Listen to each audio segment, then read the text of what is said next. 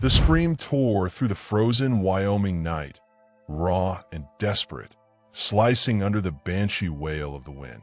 Silas Thorne reined his buckskin hard, ice crusting his beard. Not an animal. Human. Pain. Terror. It came again, weaker, choked from the direction of the Ironwood Ranch barn, a hulking shadow against the blizzard's fury. Then, beneath the wind's howl, a sharp, rhythmic thwack and the muffled, broken sobbing of more than one voice. Someone was hurting, badly, and in this desolate corner of Frostbite Gulch, mercy was as scarce as summer rain. Before we jump back in, tell us where you're tuning in from, and if this story touches your heart, make sure you're subscribed. Because tomorrow, I've got something extra special saved just for you. The storm had been Silas's unwelcome companion for 2 days, a relentless, bone-deep cold that seeped through layers of wool and oilskin. He'd been pushing towards the faint promise of shelter at Frostbite Gulch, a speck of civilization clinging stubbornly to the frozen flank of the Bitterroot foothills. The scream, when it came, was a jolt of pure adrenaline, cutting through the numbing monotony of the ride and the wind's ceaseless roar. It wasn't the cry of a coyote or a wolf brought low. This was the sound of human agony, stripped bare. He nudged the buckskin, dust, off the barely visible trail, angling towards the cluster of dark shapes resolving into buildings as he crested a low rise. The Ironwood Ranch. He knew the name, knew the man who'd built it, Jedediah Ironwood. A hard man, but fair, or so they'd said down in Cheyenne years back. Died sudden like 6 months ago. The gossip went, leaving a young widow and 2 daughters from his first marriage. Silas had met Jed once, long ago, shared whiskey and sparse words during a cattle drive. A debt of sorts, unspoken, lingered in Silas's memory. Now, as he approached the perimeter fence, the sounds clarified, carried on a vicious gust that nearly stole his hat. The rhythmic thwack was unmistakable now, leather on flesh. A sharp gasp, a younger, weaker sob. "Please, Lavinia, stop." The voice was thin, frayed with pain and cold. Silas dismounted silently, looping dust reins over a frozen fence post. He pulled the thick collar of his buffalo coat higher, the icy air burning his lungs. His Colt Peacemaker, worn smooth from years at his hip, felt heavy and cold as he checked its load by touch alone in the near darkness. The barn loomed ahead, a skeletal giant against the snow-lashed sky. A faint, flickering orange light leaked from a crack in the large double doors, lantern light. That's where the sound were coming from. He moved like a shadow, boots crunching softly in the fresh powder, using the howl of the wind to mask his approach. The smell hit him first as he neared the doors. The sharp tang of horse sweat and manure, the dusty sweetness of hay, and beneath it, the coppery bite of fresh blood. Peering through the crack, the scene inside froze him colder than the Wyoming winter. 2 young women, maybe 17 and 19, were lashed to the thick central support post. Ropes bit cruelly into their wrists, binding them back to back. Their simple homespun dresses were torn, stained dark in places. The older one had her head slumped forward, long, tangled chestnut hair obscuring her face. The younger, blonde and slight, trembled violently, her face a mask of tears, snot, and blood from a split lip. Standing before them, silhouetted by the lantern hanging from a rafter, was a figure that radiated cold fury. Lavinia Croft Ironwood, Jed's widow. She was tall, imperious even in her wrath, wrapped in a fur-trimmed coat that spoke of money Jed likely hadn't left her. Her dark hair was perfectly coiled, her face handsome but sharp, sculpted into lines of icy contempt. In her hand, she held a short, stiff leather strap, a harness tug, Silas realized. She raised it again, her breath puffing white in the frigid air inside the barn. "Ungrateful whelps," Lavinia hissed, her voice low and venomous, cutting through the younger girl's whimpers. "Think you can defy me? Think your spineless father's ghost will protect you?" The strap descended with a sickening crack across the older girl's shoulder. She jerked, a low moan escaping her, but she didn't raise her head. "Cora," the younger girl cried out, straining against her bonds. "Leave her alone. It was my fault." "Everything is your fault, Eliza," Lavinia spat, turning her glare on the blonde. "Your weakness, your sniveling, your refusal to see what's necessary." She took a step closer to Eliza, the strap tapping against her palm.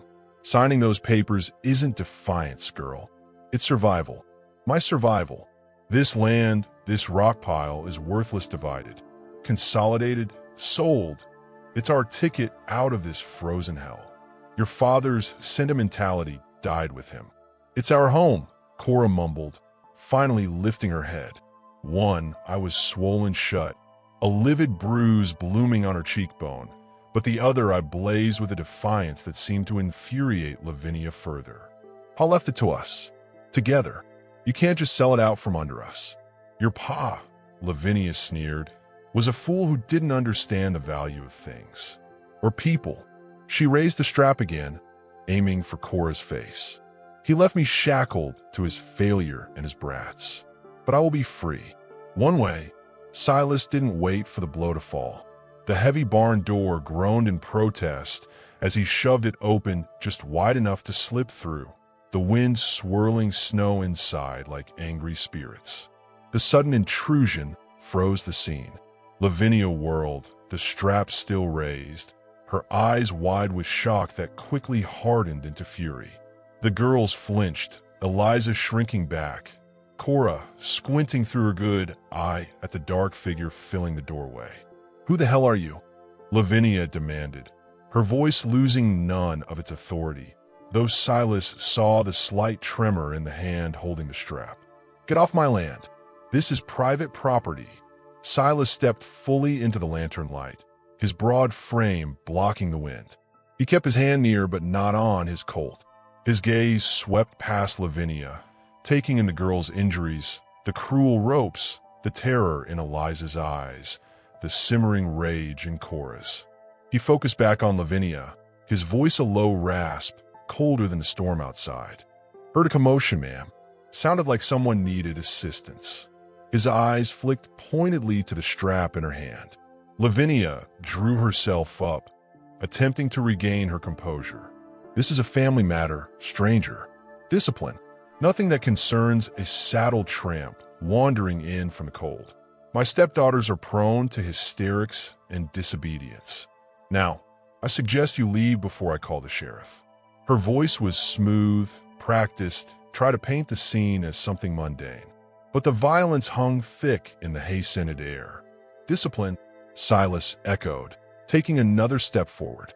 The lantern light caught the deep lines around his eyes, the grim set of his mouth. "Looks more like butchery to me. And the sheriff's likely holed up warm in town, ma'am. Miles away." He nodded towards the girls. "Cut him loose." Lavinia's face contorted. "You have no right. This is my barn, my land, my stepdaughters. You interfere, and you'll regret it. Men have disappeared in these hills for less." A flicker of something ancient and dangerous stirred in Silas's pale blue eyes. "Men have tried," he stated flatly.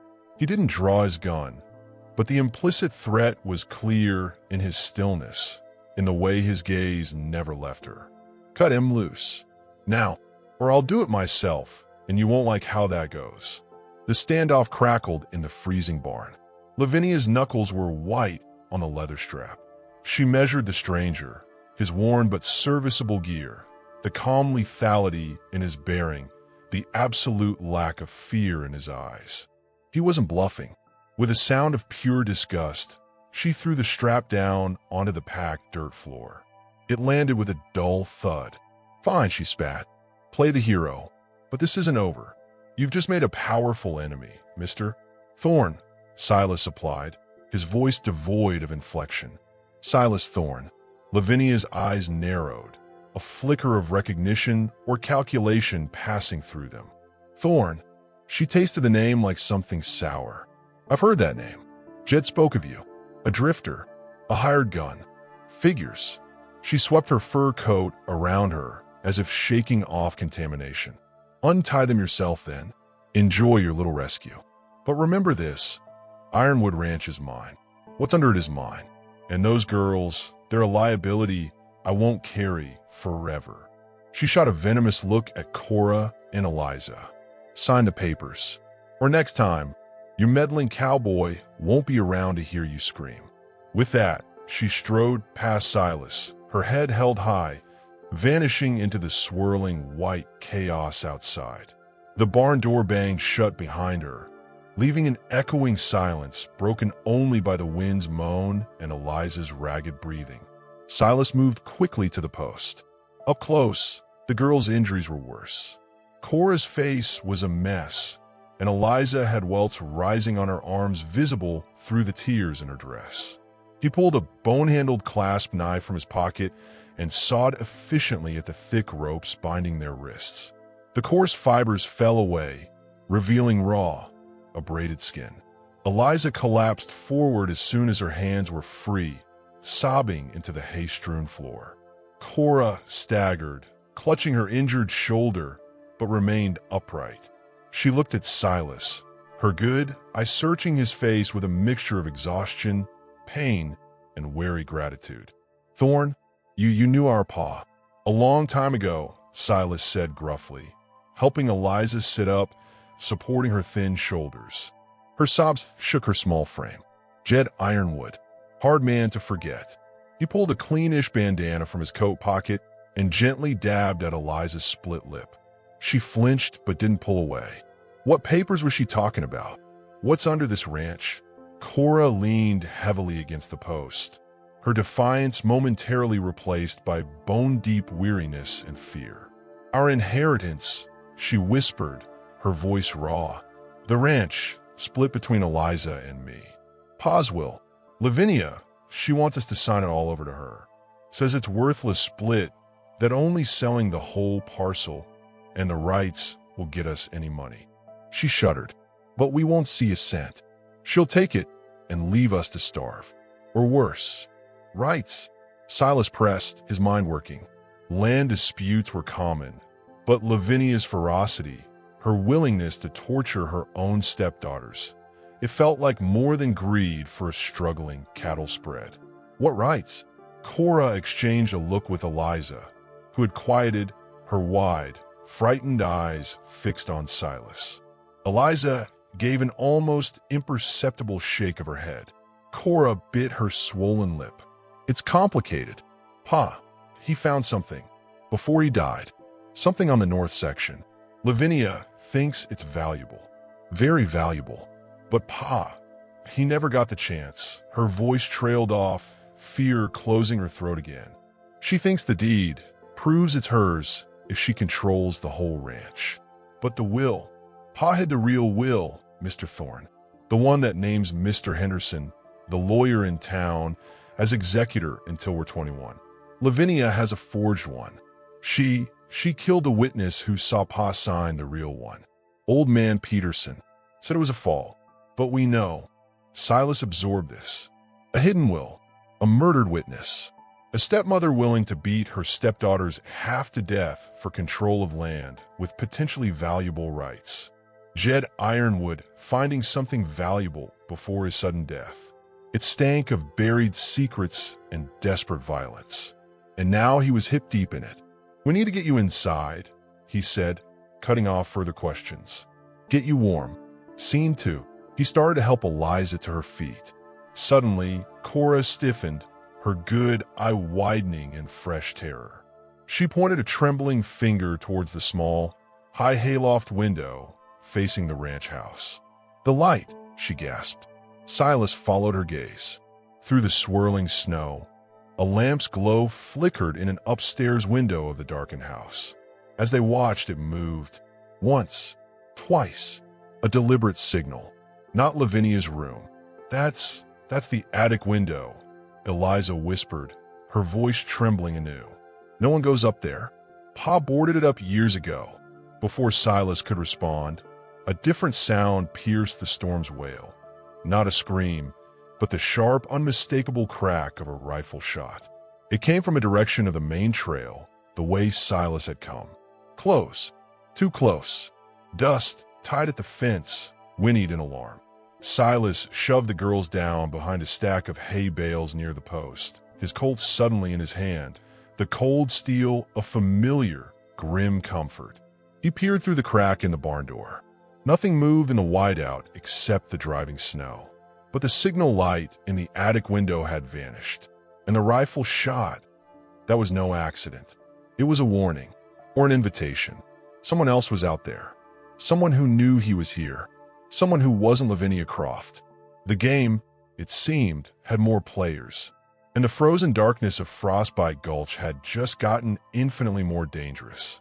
The echo of the rifle shot hung in the frozen air, sharper and more final than the wind's endless moan. Silas Thorne remained pressed against the rough wood of the barn door, peering into the swirling white chaos. Nothing, just the driving snow, obscuring everything beyond 20 yards. Dust's frantic whinnying had subsided into nervous snorts.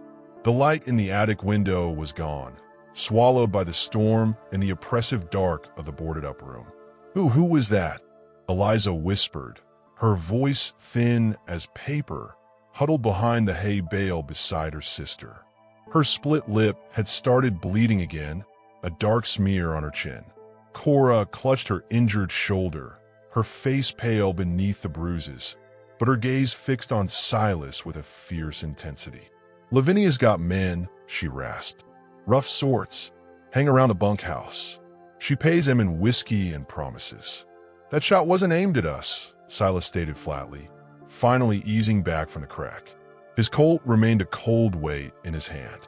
Too high, too wide. A warning, or a signal answered. He glanced back towards the dark shape of the house, barely visible through the blizzard. "That light, you're sure it was the attic?" Eliza nodded, shivering violently. "Yes. Pa, he boarded it up after Mama died. Said it held bad memories. Too cold, too full of ghosts." She wrapped her arms tighter around herself. It felt wrong, seeing light there. Silas filed that away. Ghosts or living men. Something was moving in the shadows Lavinia cast. He couldn't leave the girls here. The barn offered scant protection, and Lavinia would be back, likely with reinforcements. He needed shelter, a defensible position, and answers. The line shack Jed had mentioned once years ago, tucked away in a stand of pines near the north section boundary. It might still be standing. It was a risk, but staying was a death sentence. "We can't stay," he said, holstering the Colt but keeping his hand near. "You know the old line shack? North boundary, near the bluffs?" Cora's good eye widened. "The crow's nest? It's half fallen in, and miles in this." "Better than here when she returns with her hired knives," Silas cut in, his voice leaving no room for argument. He moved to Dust's saddlebags, pulling out a thick, greased canvas tarp. "Wrap yourselves in this. We walk. Stay close, stay quiet. Eliza, can you manage?" Eliza swallowed hard, wiping blood from her chin with a trembling hand. She looked at her sister, then nodded, a spark of desperate resolve flickering in her eyes. Yes, anything away from her. Cora helped Eliza bundle into the stiff canvas.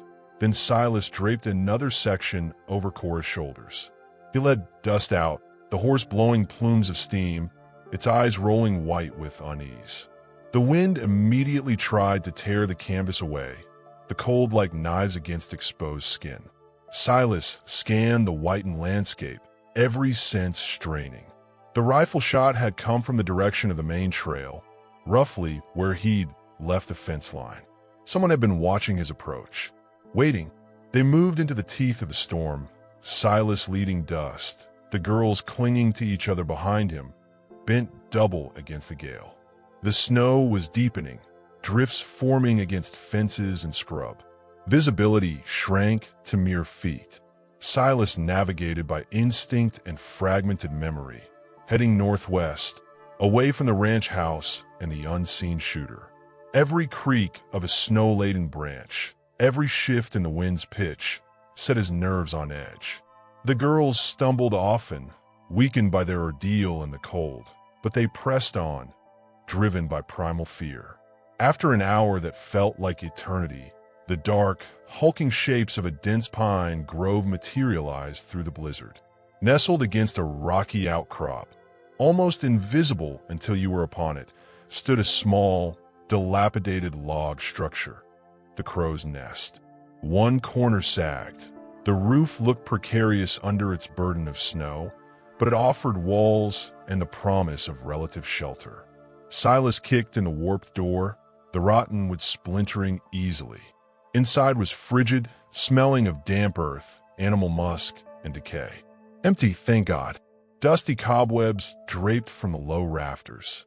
A crude stone fireplace dominated one wall, filled with cold ashes and rodent nests. A single broken stool lay overturned in a corner. It was dismal, but it was sanctuary.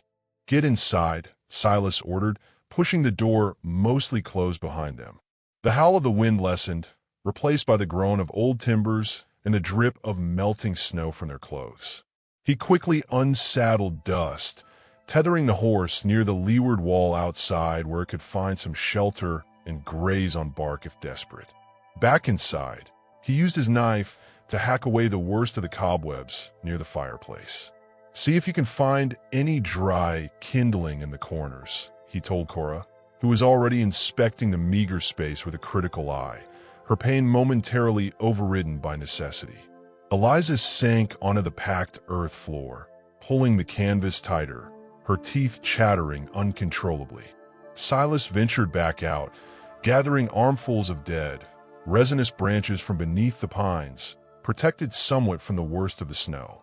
Inside, Cora had found a few brittle twigs and some ancient, dry moss tucked into a crevice in the stones.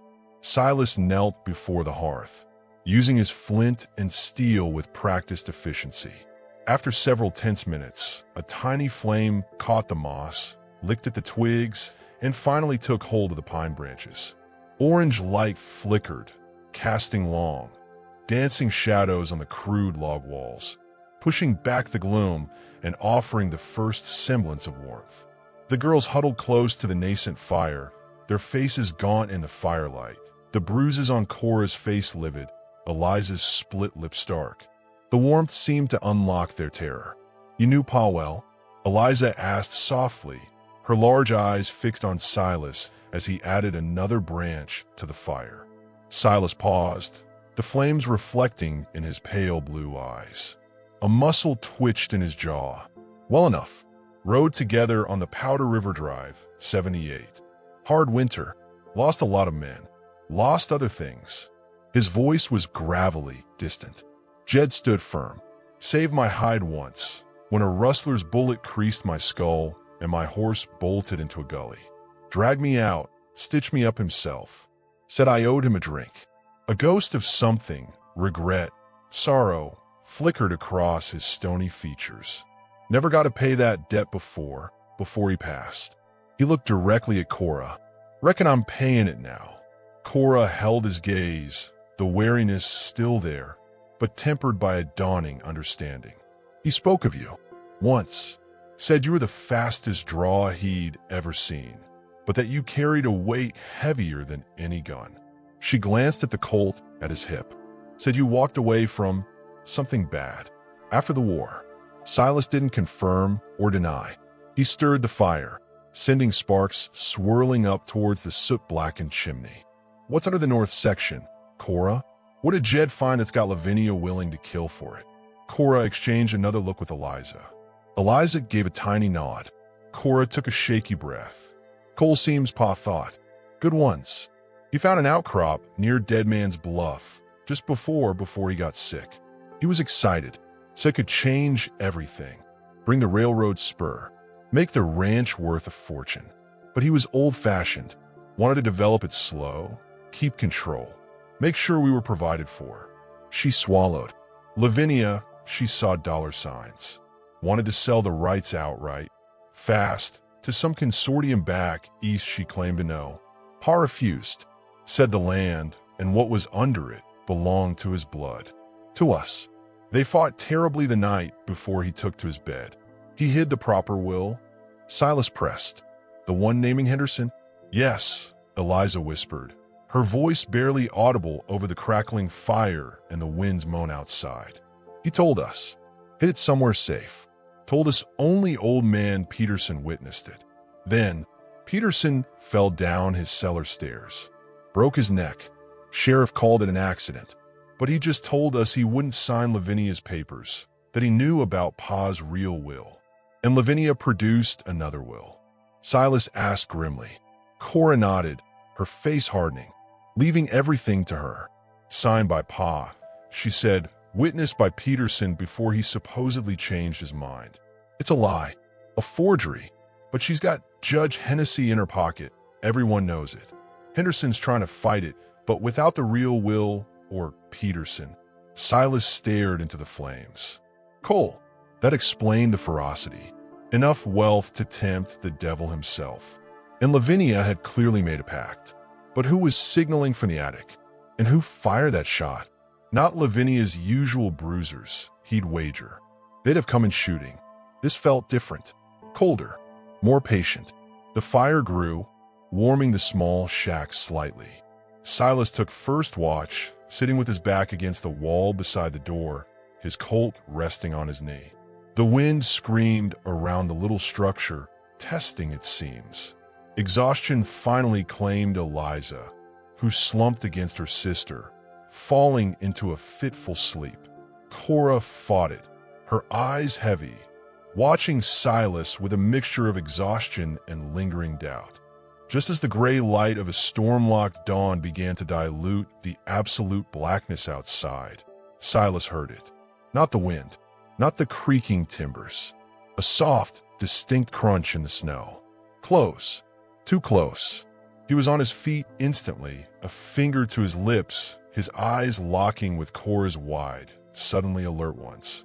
He motioned her down beside Eliza, then silently eased the clasp knife from his pocket, holding it low. He pressed himself flat against the wall beside the door, listening with every fiber. Another crunch. Deliberate. Careful. Right outside. Then a low whistle, 2 short notes, a pause, then one long. A signal. Silas's blood ran cold. Not Lavinia. Not her brutes. This was something else. Someone who knew about the shack. Someone who'd followed their torturous trail through the storm. He heard the faint scrape of a boot against the rotting door frame.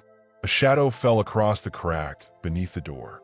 Silas tightened his grip on the knife, his other hand hovering near the Colt. He could feel Cora's terrified gaze burning into his back.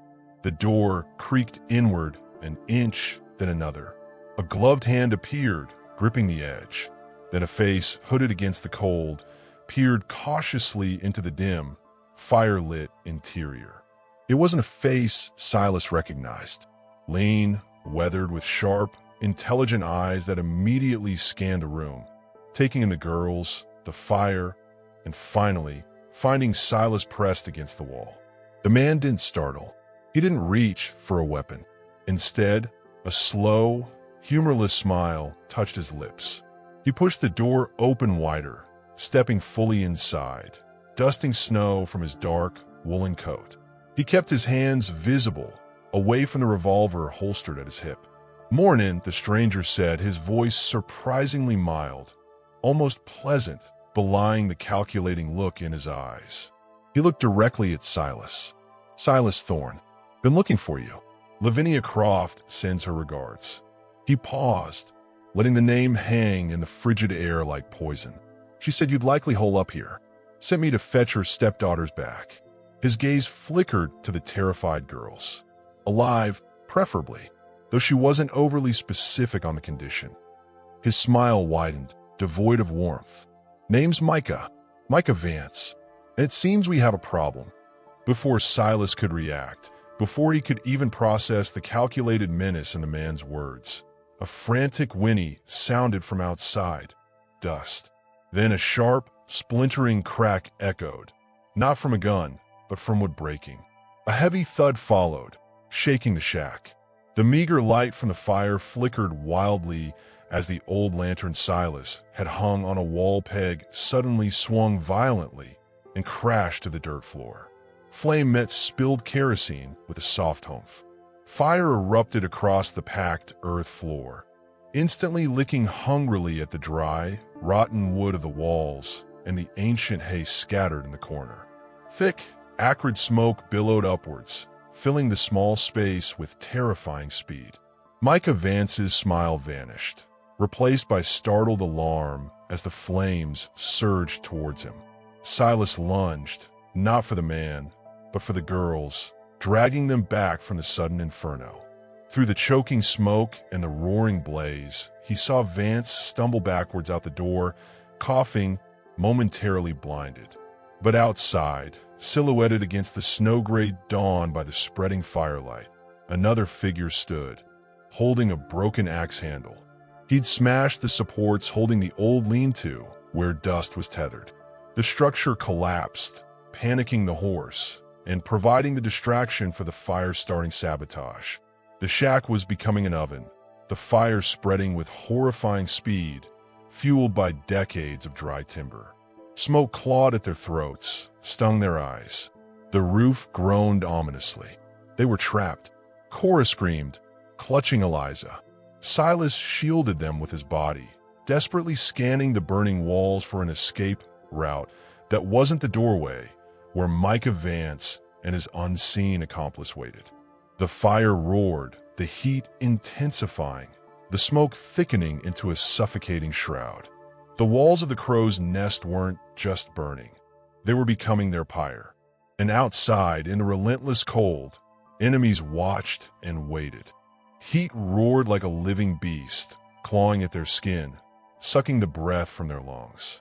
Thick, greasy smoke billowed, stinging eyes raw, turning the air into a suffocating shroud. Flames devoured the dry, rotten walls of the crow's nest with terrifying speed, painting the collapsing interior in hellish shades of orange and black. The roof groaned, spitting embers like malevolent fireflies. Silas Thorne acted on instinct honed in 1,000 desperate moments. Shielding Cora and Eliza with his body, he shoved them towards the back wall, furthest from the doorway where Micah Vance had vanished and the unseen accomplice lurked. The fire blocked the front exit.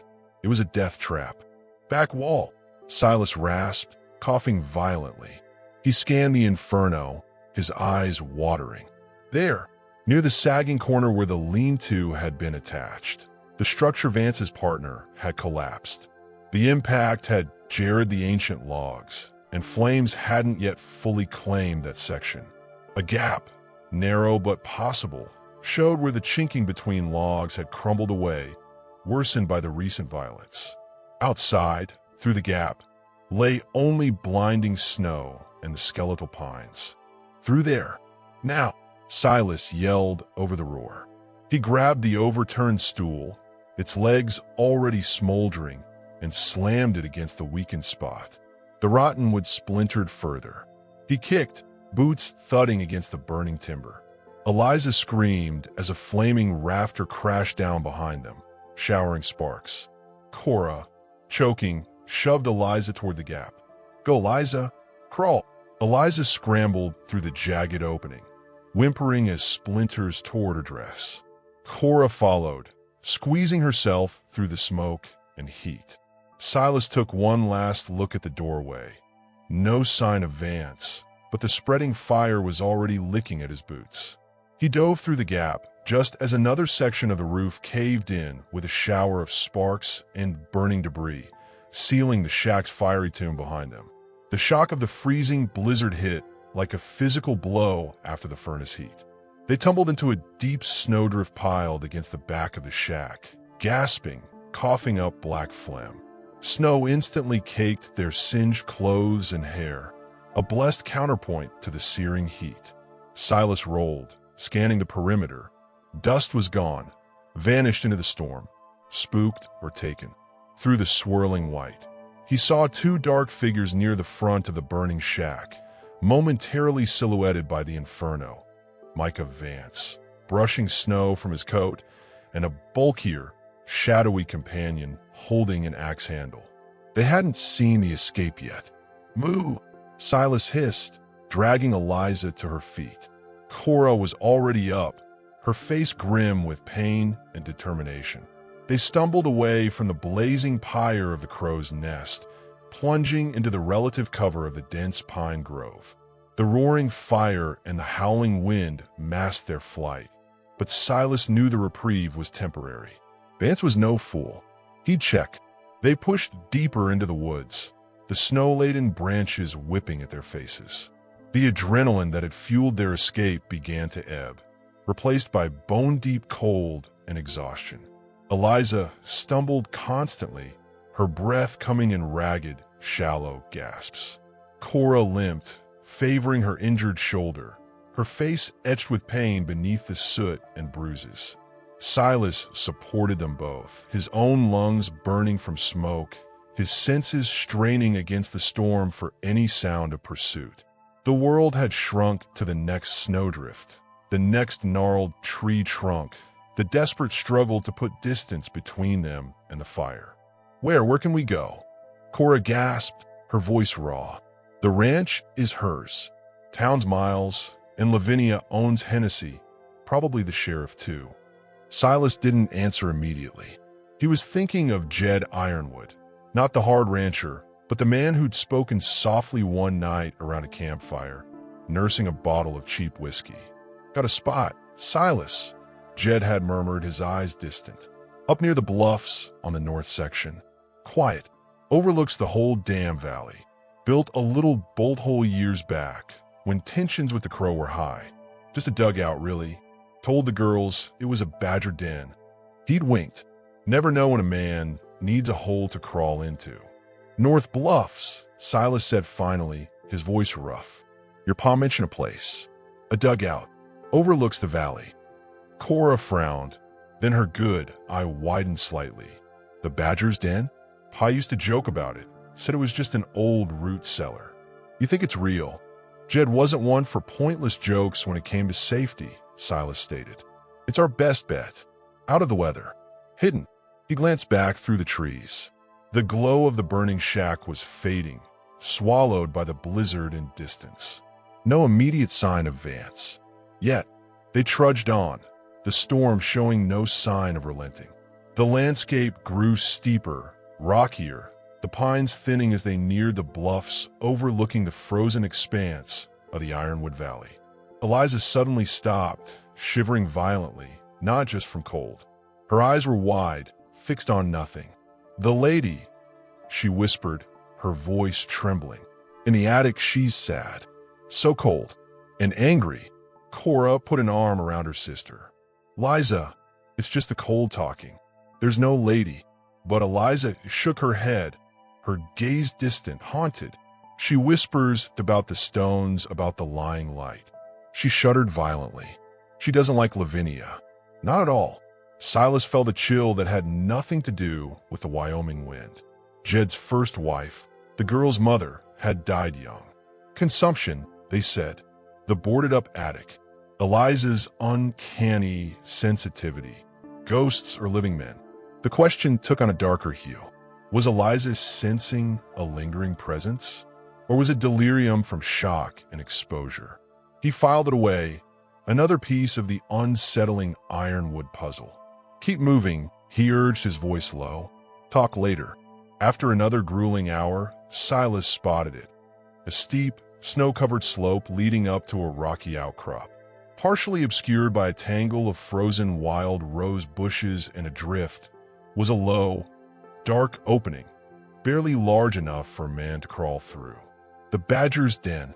Silas approached cautiously, knife in hand, peering into the blackness. The smell of damp earth and old stone greeted him. No signs of recent occupancy. He crawled in first, the space opening up just enough to crouch. It was small, maybe 6 feet square, dug into the hillside, lined with rough-hewn stones. Empty, cold, but blessedly dry and sheltered from the wind. He helped the girls inside.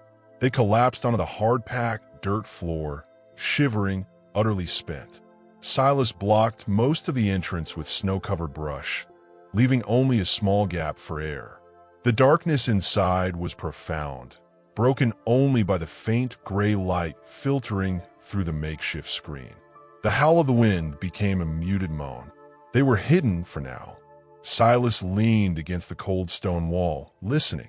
His body screamed for rest, but his mind raced. Lavinia's reach was longer and deadlier than he'd feared. Vance was a professional, cold and efficient. The accomplice, the one with the axe. Who was he? In the attic. The coal. Silas murmured into the gloom, more to himself and the girls. Jed found it. Lavinia wants it sold fast. To who? Cora's voice was weak but clear.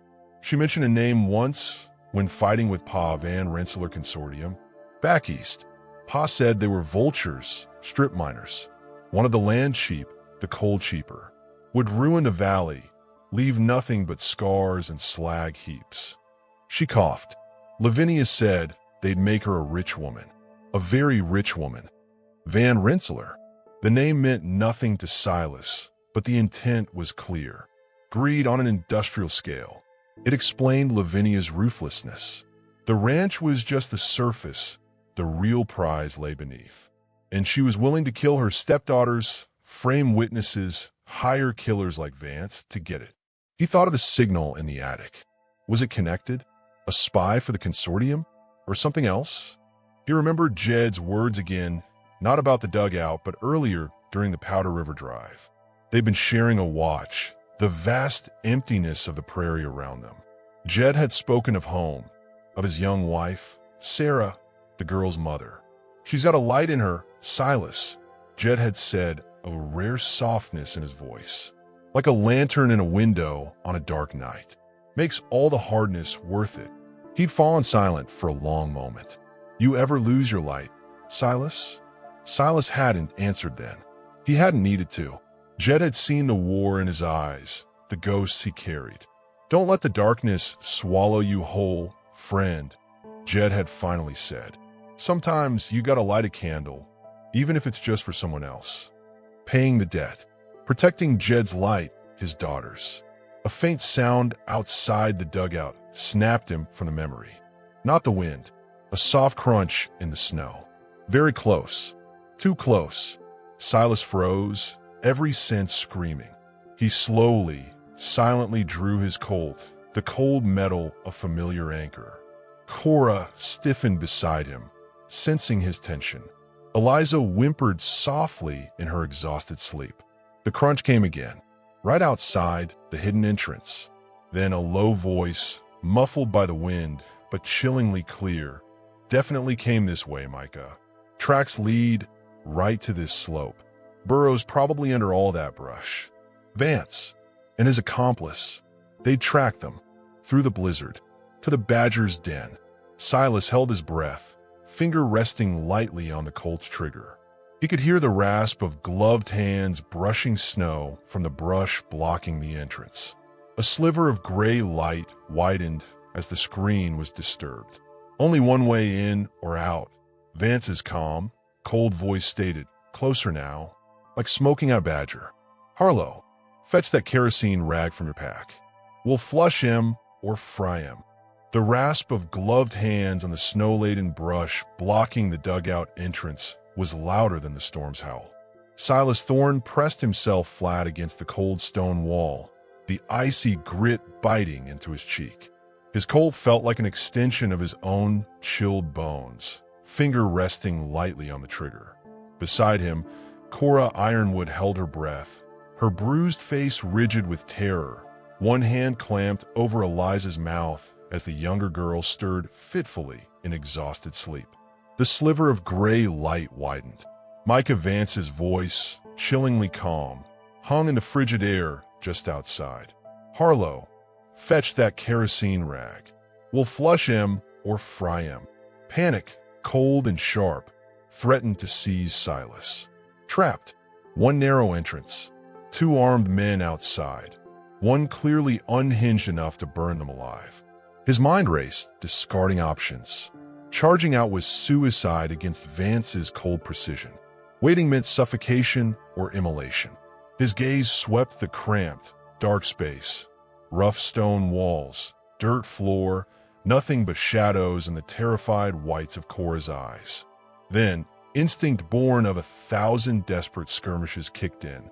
The bottleneck. The narrow entrance was their death trap, but it could also be their shield. Only one man could come through at a time.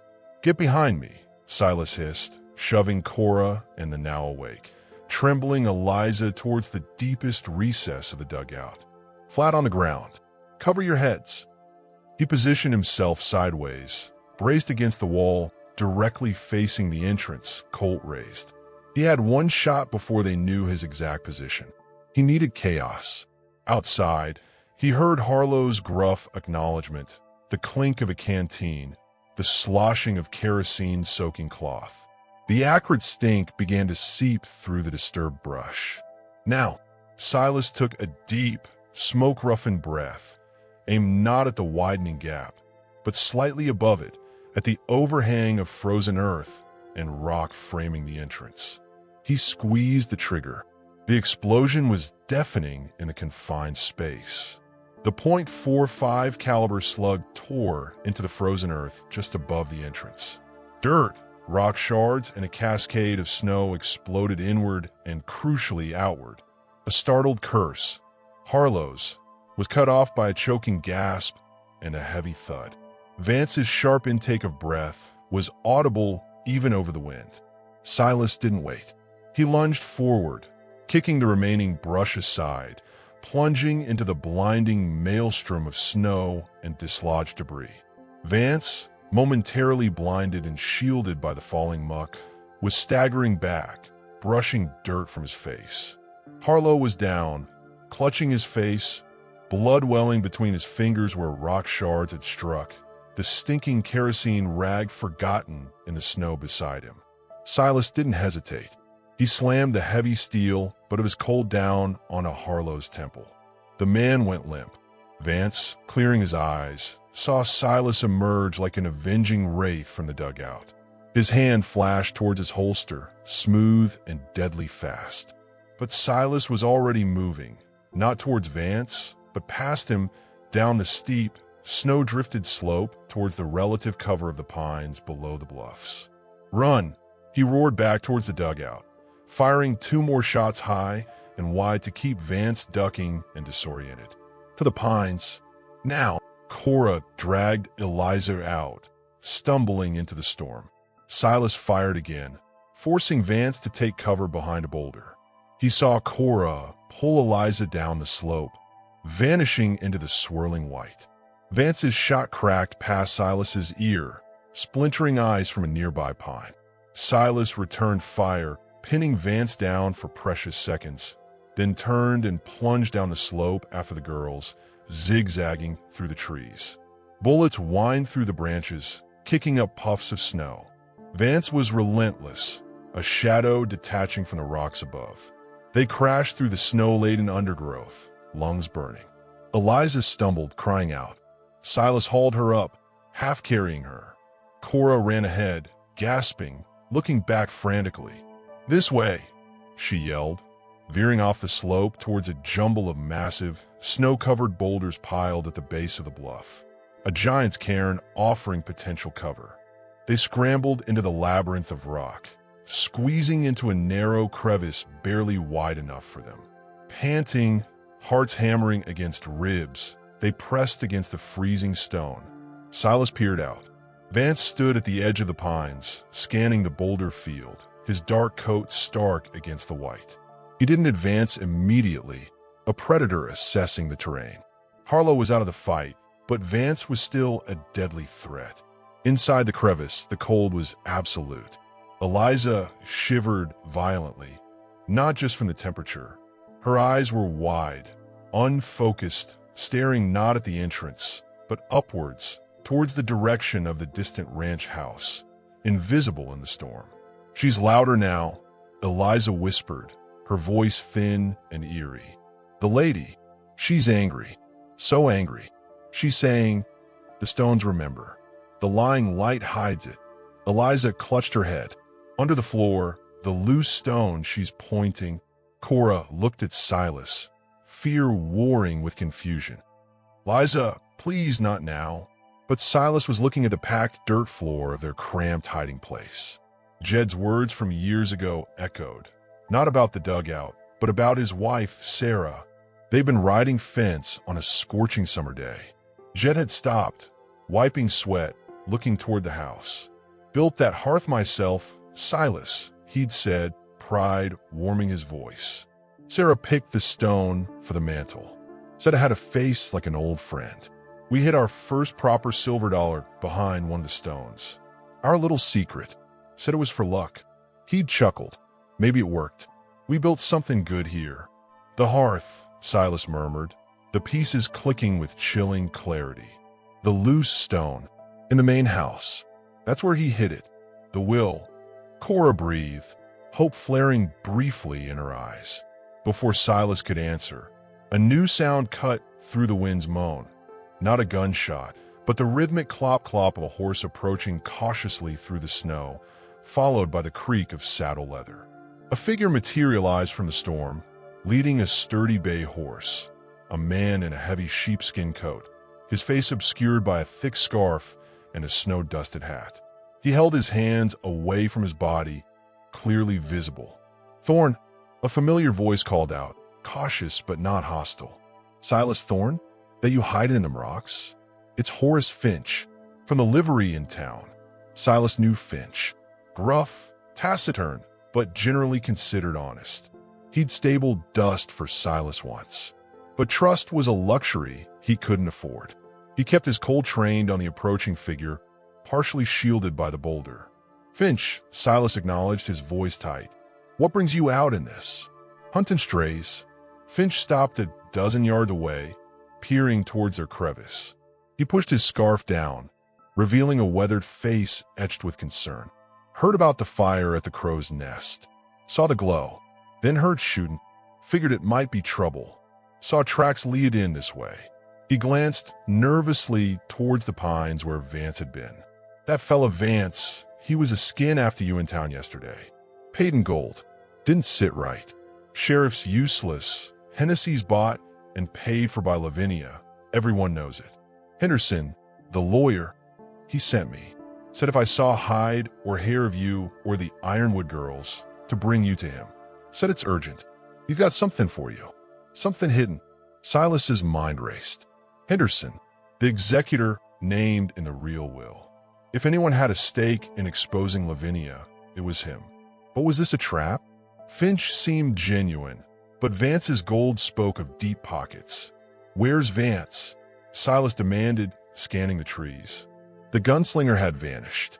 "Took off west when he heard my horse," Finch said, gesturing vaguely. "Didn't fancy a witness, I reckon. Harlow's still up by the dugout, moaning like a stuck pig. Come on, Thorne, let's get the girls to Henderson. He's waiting at his office. Got a back way in quiet-like." Cora looked at Silas, her expression pleading. They were exposed, freezing, hunted. Henderson offered sanctuary, a chance. Eliza huddled closer to her sister, her earlier vision momentarily forgotten in the face of potential rescue. Silas weighed the options. Stay in the freezing rocks, waiting for Vance to circle back or freeze to death. Or trust Finch and Henderson. Jed's words about the loose stone by the hearth felt like a tangible clue, but reaching the ranch house now was impossible. Henderson was their best hope. "All right, Finch," Silas said, lowering his Colt slightly but not holstering it. "Lead the way, but keep your hands where I can see him." Finch nodded, relief washing over his face. "Good man. Horses are just yonder, tethered in the gully below. Got a spare for the girls to share." He turned, leading his bay towards the dip in the terrain. Silas gestured for Cora and Eliza to follow. They scrambled out of the rocks, stumbling through the deep snow towards Finch. The promise of warmth, safety, and Henderson's help was a siren song in the frozen hell. Silas brought up the rear, his eyes constantly scanning the swirling white curtain behind them, the Colt heavy in his hand. They reached the gully. Two horses stood patiently, steam rising from their flanks. Finch helped Eliza onto the spare horse, then boosted Cora up behind her. He mounted his own bay. "Town's an hour," Even in this, he said, gathering his reins. Stay close. Henderson'll set things right. They moved out, Finch leading, the sisters huddled together on their horse, Silas riding last, his senses screaming despite the apparent reprieve. The storm swallowed the landscape, reducing the world to a shifting tunnel of white. The rhythmic plod of the horses, the creak of leather, the howl of the wind, it was a lullaby of false security. After 20 minutes of tense silence, Finch suddenly reined in. They were at a fork in the trail, barely visible beneath the snow. One way led towards the distant lights of Frostbite Gulch, winking faintly through the blizzard. The other plunged deeper into a narrow, rock-strewn canyon. Finch turned in his saddle, his face obscured by his raised collar and snow-caked hat brim. Shortcut, he said, his voice muffled. Through Bear Claw Canyon. Shaves off 20 minutes. Safer too, less exposed. Silas frowned. Bear Claw Canyon was a notorious bottleneck, perfect for an ambush. The main trail's longer, but open, he countered, his hand drifting toward his Colt. Finch shrugged. Suit yourself, Thorne. But Henderson said time's critical. Lavinia's got men watching the main road into town. Hennessy's orders. He nudged his horse towards the canyon mouth. Your choice. Cora looked back at Silas, uncertainty in her eyes. Eliza shivered violently. The promise of speed, of escaping Lavinia's watch, was tempting. Silas hesitated, the image of the kerosene rag and Vance's cold eyes burning in his mind. Jed's voice whispered again, not about Hearthstones, but about the Powder River, about a Comanche ambush in a narrow pass. Never let them herd you where they want you, Silas. That's how you end up dead. Finch, Silas said, his voice cutting through the wind like ice. Hold up. Finch stopped, but didn't turn around. What is it, Thorne? We're losing light. Silas nudged his horse forward slightly, drawing level with the liveryman. He looked directly at Finch, past the snow and the scarf, into the man's eyes. He saw it then, not concern, but a flicker of calculation, a hardness beneath the weathered facade. And something else, a glint of metal, not a gun, but a badge half hidden under the flap of Finch's coat, a silver star. Since when, Silas asked, his voice dangerously soft, does the Frostbite Gulch livery stable owner wear a deputy sheriff's star? Finch froze. The silence that followed was heavier than the falling snow. Slowly, deliberately, he turned to face Silas fully. The concerned expression melted away, replaced by a cold, resigned smirk. He pulled the scarf down, revealing the star pinned prominently now on his sheepskin vest. Since Judge Hennessy deputized me this morning, Finch said, his voice losing all pretense of friendliness. Special assignment. Apprehending a known fugitive. That'd be you, Thorne, and returning 2 wayward miners to their lawful guardian, Mrs. Lavinia Ironwood. His hand moved slowly towards the rifle holstered on his saddle. Seems you chose poorly, friend. Lavinia pays better than Henderson, and she doesn't ask questions about how the job gets done. Before Silas could draw, before Cora could scream, a sharp whistle echoed from the rocks high above the canyon entrance. Half a dozen dark shapes materialized against the snowy cliffs, rifles aimed down at the trap party below. Lavinia hadn't just bought the law, she'd set the trap herself. And Silas had led the girls right into it. The icy wind carried the sound of rifles being cocked, a deadly chorus in the frozen silence. The barrel of Finch's rifle was now steadily pointed at Silas's chest. Escape was impossible. The treacherous canyon walls loomed like the jaws of a trap, snapped shut. The icy silence in Bear Claw Canyon shattered with the metallic clicks of rifle hammers cocking. Silas Thorne felt the trap snap shut, colder than the Wyoming wind cutting through his coat. Horace Finch's smirk was a death warrant, the deputy star on a sheepskin vest glinting dully in the storm-gray light. Above, on the snow-dusted cliffs, Lavinia's riflemen were dark, indistinct shapes, barrels trained unwaveringly on the trap party below. Cora gasped, pulling Eliza tighter against her on the shared horse. Eliza whimpered, a sound lost in the wind's moan. Lawful guardian? Silas's voice was a low rasp, devoid of fear, filled with a cold fury that matched the landscape. His hand hadn't moved from his Colt, though drawing it meant instant death. You mean the woman who tortured her stepdaughters in a barn? Who murdered old man Peterson? Who hired Vance to burn children alive? That's the law Hennessy serves. Finch's smirk didn't falter. The law says what Judge Hennessy says it says. And he says Mrs. Ironwood gets her property and her kin back. You're just a rustler interfering, Thorne. Or maybe worse. He raised his voice slightly, addressing the rifleman. Take him down on my mark. Girls are unharmed. Unharmed. The word hung grotesquely in the frozen air. Silas saw the terror in Cora's bruised face, the raw fear in Eliza's wide eyes. Jedediah Ironwood's debt burned in his chest, hotter than the fire that nearly consumed him. He couldn't die here. Not like this. Not without fulfilling his promise. As Finch drew breath to shout the order, Silas acted. Not with his gun, but with his voice, a raw, guttural bellow amplified by the canyon walls. Vance! Finch is double-crossing Lavinia. He's selling the girls to the consortium. The lie ripped through the canyon, echoing off the rock faces. It was a desperate gamble, playing on the inherent distrust among hired killers. Finch flinched, his composure cracking. What? Lies. Shoot him. But the echo created a heartbeat of hesitation among the riflemen above. Whose order to follow?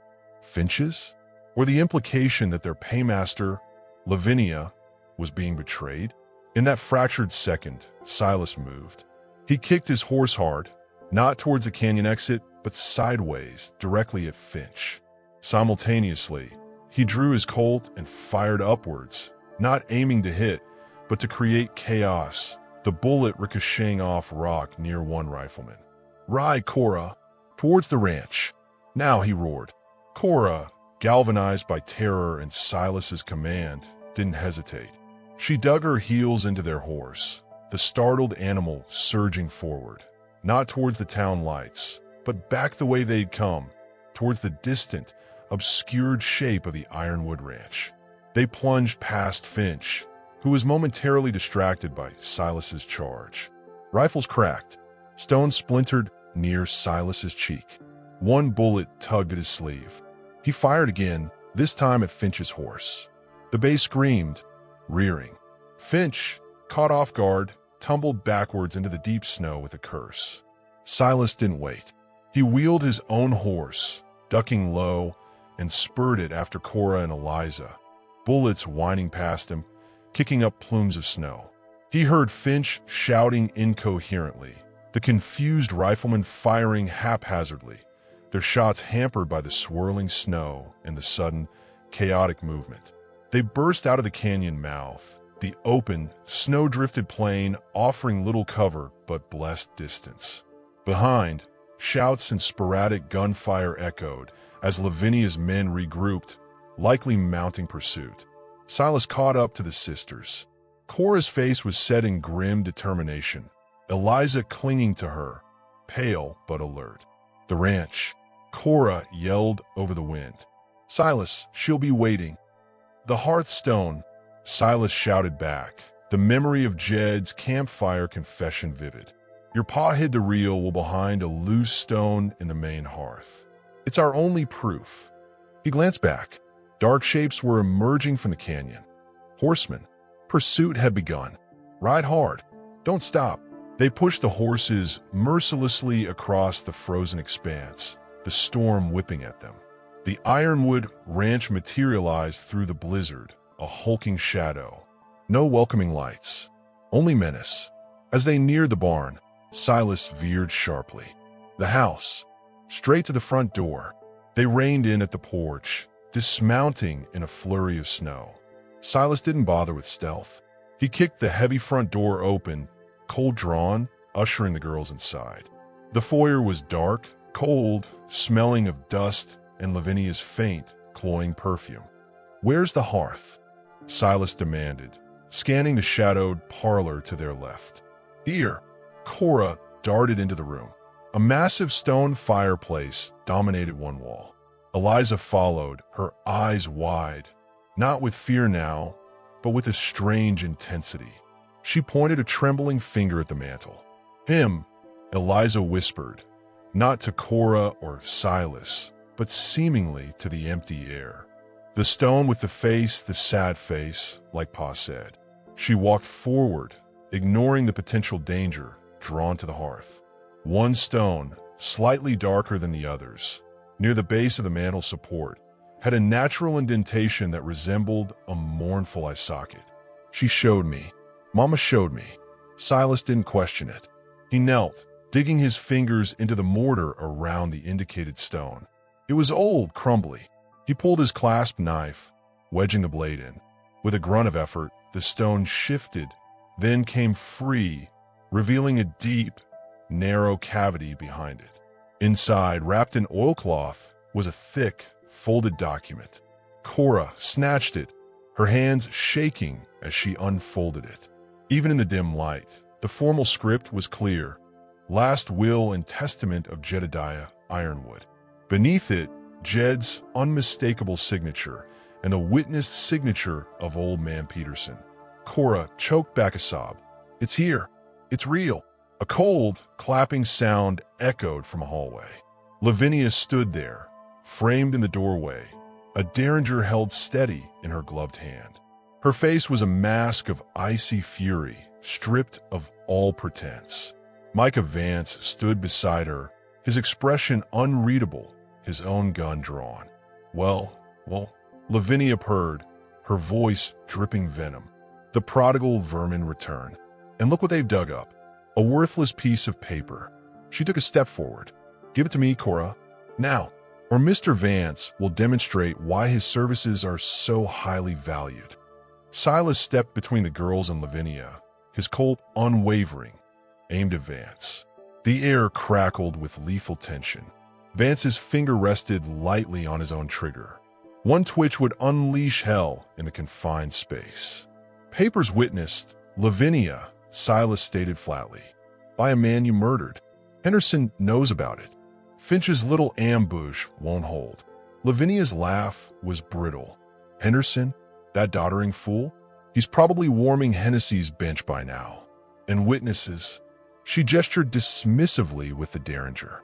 "Accidents happen, especially in blizzards." Her eyes locked onto the will in Cora's hands.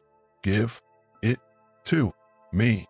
Eliza, standing slightly behind Silas, wasn't looking at Lavinia or Vance. Her gaze was fixed upwards, towards the ceiling, towards the sealed attic. A single tear traced a clean path through the grime on her cheek. "She's crying," Eliza whispered, so softly only Silas might have heard.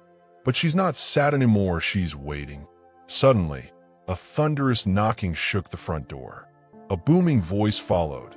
"Lavinia Ironwood, this is Marshal Boone, United States Pinkerton Agency. Open up. We have a warrant for your arrest, sanctioned by Territorial Judge Wilkins, on charges of fraud, conspiracy to commit murder, and the murder of Ezekiel Peterson. Open this door." Lavinia's face went bone white. The derringer wavered. "Pinkertons? How?" Her eyes darted to Vance, betrayal flashing in them. Vance didn't look at her. His cold eyes assessed Silas, the marshal's voice, the will in Cora's hand. Calculating survival. With a movement almost too fast to follow, he holstered his gun and grabbed Lavinia's wrist, twisting the derringer from her grasp. "Game's changed, ma'am," he said flatly. "Collecting on this one's got too high a price." He shoved the stunned woman towards the hallway, just as the front door burst open. Men in heavy coats, badges gleaming, poured in, led by a broad-shouldered man with a steely gaze, Marshal Boone. Beside him stood a relieved but determined-looking Henderson, the lawyer. Behind them, a handful of Frostbite Gulch townsfolk, including the cobbler and the blacksmith's wife, their faces set with grim resolve. They'd clearly followed Henderson and the Pinkertons.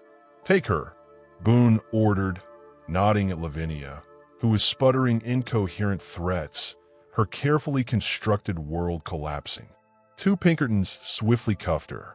Vance simply stood, hands now raised slightly, offering no resistance, his face impassive. "You too, Vance. We'll have words about your employers." Henderson hurried to Cora, taking the will with reverence. "Thank God, child. Thank God. This changes everything.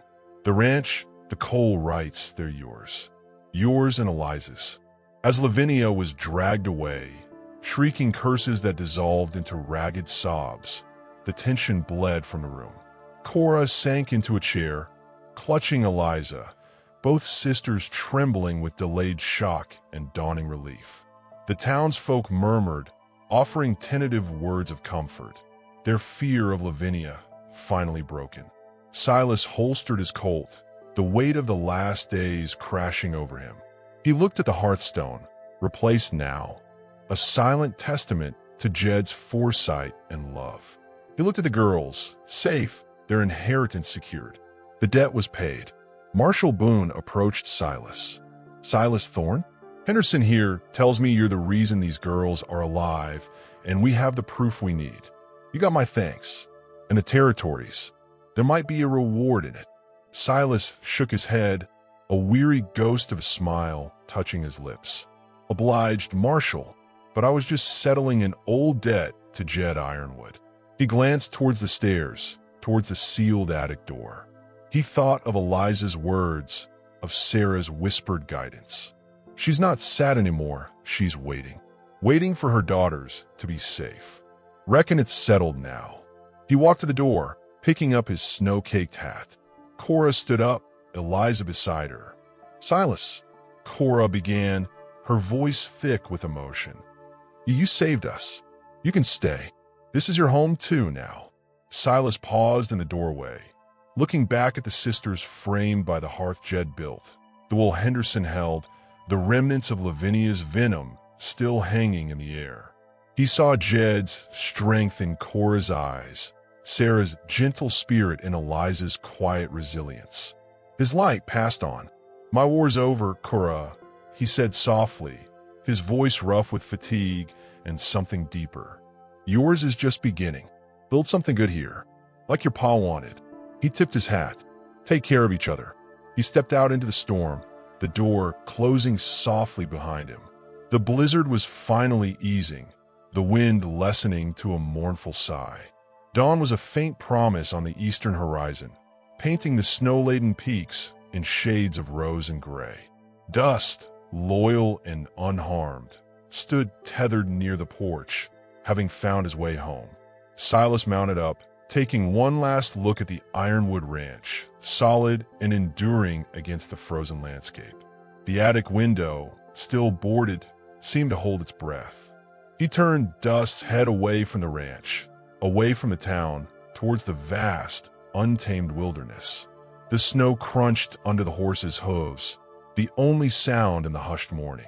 Silas Thorne, the weight of Jedediah's debt finally lifted, rode into the pale dawn light, leaving behind the echoes of screams, the smell of smoke and greed, and the quiet, watchful peace of a reclaimed home.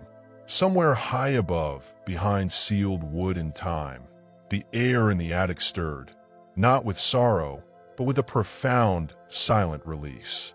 The stones remembered. The lying light was gone.